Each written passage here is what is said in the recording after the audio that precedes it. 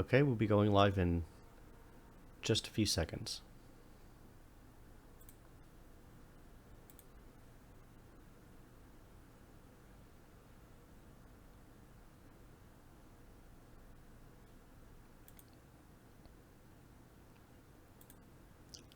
All right, here we are. All right, so this video is going to be on basically Jon Oliver put out a video. Well, he didn't put out a video. He did it on his show, and then the video became viral, talking about people asking people to write into the FCC and make a public comment on their decision or their upcoming decision to unclassify the internet as a Title II utility under the Telecommunications Act. So if you haven't seen this video, you can go watch this video. And basically, I just wanted to do this video to discuss my views on that point. And you know, one of the things he asks in the video is, well, why would anyone ever be opposed to that? So I'm going to look a little bit on that side too, just to make sure all the bases are covered. I do want to say, obviously, you can see my EFF shirt, that just right off the bat, obviously, I support the internet being classified under Title II, and I support net neutrality very strongly, personally. But I thought it'd be good to at least look at the whole issues and look at the whole discussion. So let's get started. So first of all, net neutrality, if you're not familiar with it, basically means that an internet service provider like Comcast or Verizon isn't allowed to filter or throttle or offer prioritized services to any users, to any specific applications. It might actually be easier if I put this up on the screen. No, I won't bother with that. Anyway,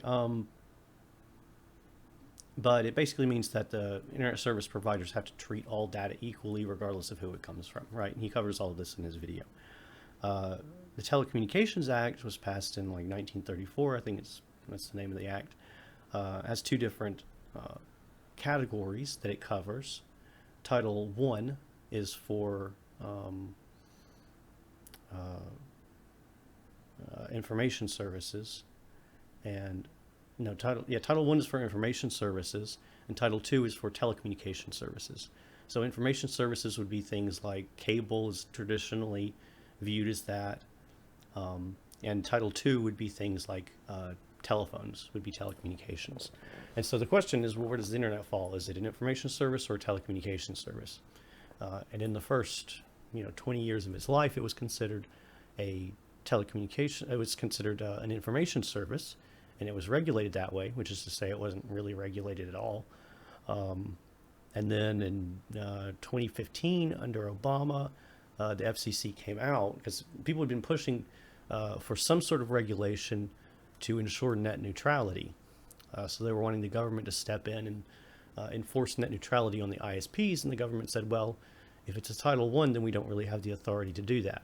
The FCC stepped up and reclassified the internet as a Title II utility, which gave them the ability to enforce net neutrality rules. So the current administration under Ajit Pai, and we were talking about him a few weeks ago, is looking to move it back into a Title I from Title II. So the big issue here is whether or not we think that's a good idea. Obviously, Jon Oliver makes a lot of important points in his video where he discusses, the fact that the FTC, which would be doing the regulation if it was a Title I, really wouldn't have the authority to enforce net neutrality rules. They can only enforce fraud and stuff like that. So the kinds of things that net neutrality advocates are afraid of would still be able to be implemented. So, but under Title II, they would have the authority to enforce net neutrality rules. So that's one side of it. That's the very popular side of it. Like I said, that's the side I support. But I do see the other side of it. The other side of it is this, that the FCC is not my favorite regulatory industry. or regulatory body. And so obviously, from a more libertarian perspective, the FCC is responsible for regulating the kinds of material that you're allowed to put on broadcast television, for example, and fining people. Remember the big Super Bowl incident back in 2004, like 1,000 years ago? Then they fine people if you put something obscene on broadcast television, and their watershed hours from 6 a.m. to 10 p.m. You're not allowed to show anything that's considered indecent, and all of this stuff has to be, it's being filtered by bureaucrats deciding what is obscene and what is indecent. Family Guy famously had a F the CCC song that they wrote about all of the ridiculous restrictions that you're not allowed to have. So it really does stifle free speech. And so the big fear among some people is that this is basically that by classifying it as a Title II utility, that was an attempt of the FCC to start regulating the internet in a similar way to the way that they do broadcast.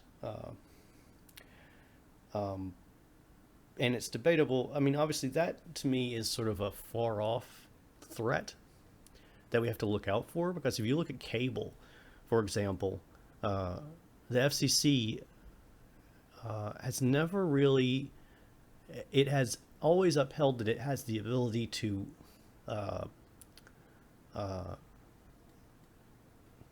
sort of regulate obscenity on cable. But obscenity is again, I'm not a lawyer, so I can't go into the details about this, but that's a very difficult thing to prove if something is obscene versus indecent. So the fact that it feels like it has that kind of power over cable suggests that maybe it would start feeling more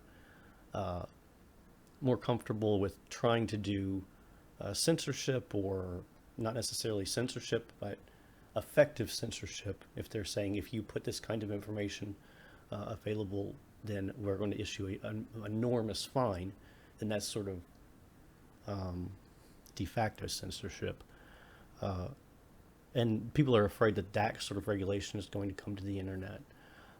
I haven't seen any indication that the FCC is going to do that. I don't really necessarily think that's possible. If they even tried, I'm not sure how that would function. But so that's kind of one of the reasons why I don't consider that a strong argument. It's just because it's sort of unfathomable to me how they would really realistically go about doing that.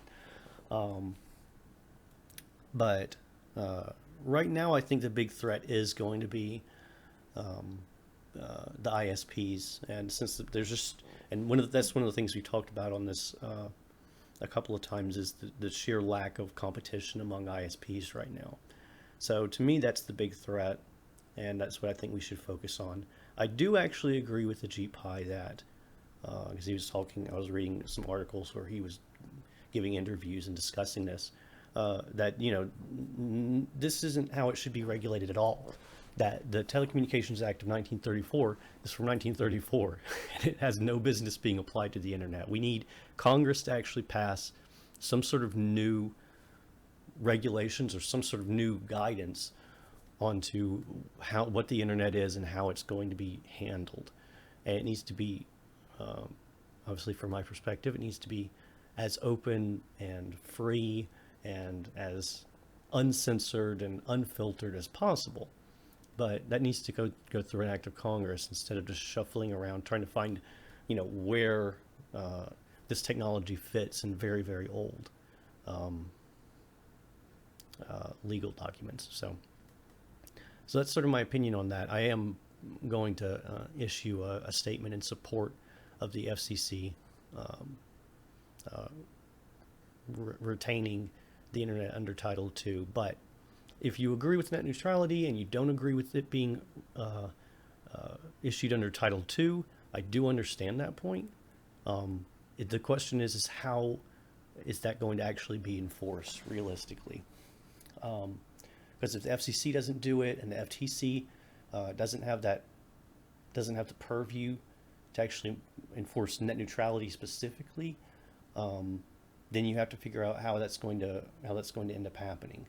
And again, ideally it would happen through some sort of act of Congress, but that doesn't look like it's going to happen anytime soon.